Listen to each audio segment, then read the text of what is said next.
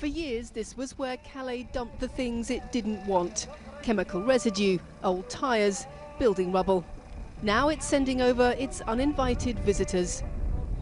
This, Calais migrants have been told, is their new government-approved home. It wouldn't attract many tenants on the open market. Ringed by chemical factories, it offers no power, no running water and no shelter. In the Sudanese corner of the camp, Abdou shows me the shelter he's built. He's applied for asylum here in France, but hasn't been given anywhere to stay. Before arriving here, he'd been camping with other Sudanese migrants next to a supermarket. When we are come here, so we are not thinking one day we can stay in this place like this, feeling the weather is so hard for us. Around town, the relics of old ad hoc camps tell the story of a mass relocation. For 13 years, migrants here have relied on charities and themselves to survive. Now, many, like Abdou, say police pressure was behind their decision to move.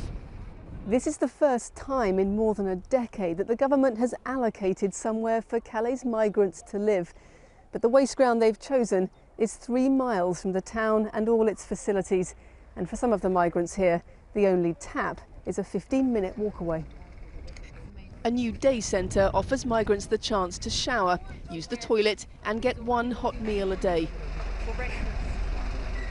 But there's no overnight accommodation for any of the 1,000 or so male migrants who are left to make their own shelter in the wasteland outside. After 2 weeks here, Abdou acts as building consultant to the new arrivals. Branches are easy to come by.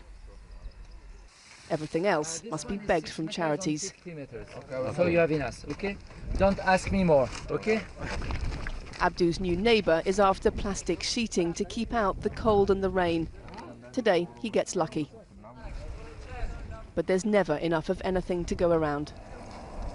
In France, it's the first official, shanty town you could see. Governments say us to associations that's a question of money.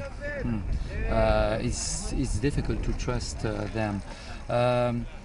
However, we must say that this place is the first place where government give services.